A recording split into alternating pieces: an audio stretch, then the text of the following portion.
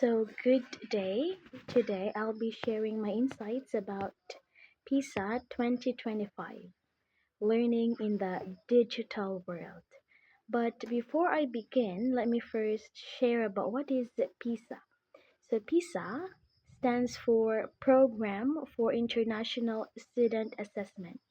So the goal is to evaluate how well students can apply their knowledge and skills to solve problems in a variety of subjects. As we all know, education is evolving at an unprecedented pace, and with it, the way teachers assess and prepare students for the future must also evolve. Yes, for the PISA 2025, so this will introduce a groundbreaking framework, learning in the digital world. So this initiative is not just about assessing what students know. It's also about understanding how they navigate, adapt, and thrive in a world increasingly shaped by digital technology. So, what does learning in the digital world mean? It actually means recognizing digital tools are not optional anymore within education, but quite essential.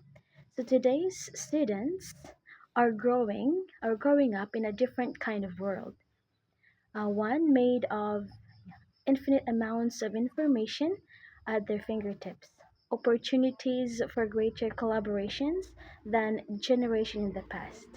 Yeah, so for the generation in the past, there are some challenges like misinformation also and digital inequality.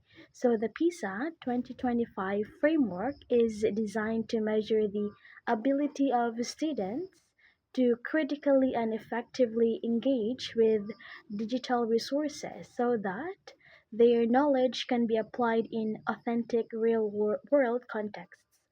So when we say digital literacy, it is measured under this framework. Yeah. So it is not the mere act of using a computer or browsing the internet. When we say digital literacy, it's basically entails knowledge on how to critically assess online information and also make informed decisions. So, in an age where misinformation spreads faster than the truth, students must develop critical thinking skills to differentiate credible sources from unreliable ones. Also, it says that PISA will assess their ability to analyze and interpret digital content, ensuring that they are not just passive consumers but active discerning participants in the digital world. So the third area that will be highly tested is the problem solving in technology rich environments.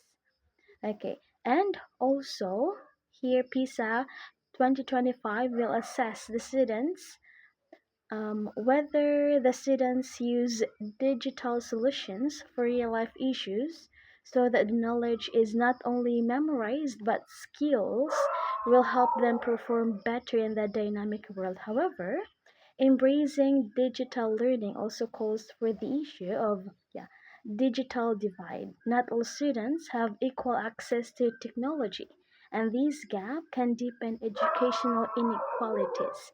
So the PISA 2025 framework is an attempt to highlight their disparities, urging policymakers to create more inclusive digital education and also education strategies.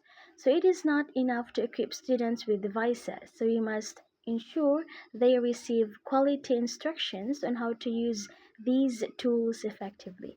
So this means that we need to shift the focus from rote learning to digital fluency by educators and policymakers. The teachers have to be equipped with the right skills and resources with the right technology. Okay, so that technology can meaningfully be integrated in the classroom. So the school must provide students with opportunities to engage with digital tools in ways that go beyond passive consumption. encouraging innovation, collaboration, and yes, ethical digital citizenship. So as we move forward, PISA 2025 is no longer just a test. It is a wake up call. It reminds us that the future of education goes beyond the textbooks and standardized tests, but lies in preparing students to think critically, to solve problems creatively, and to navigate the digital world responsibly.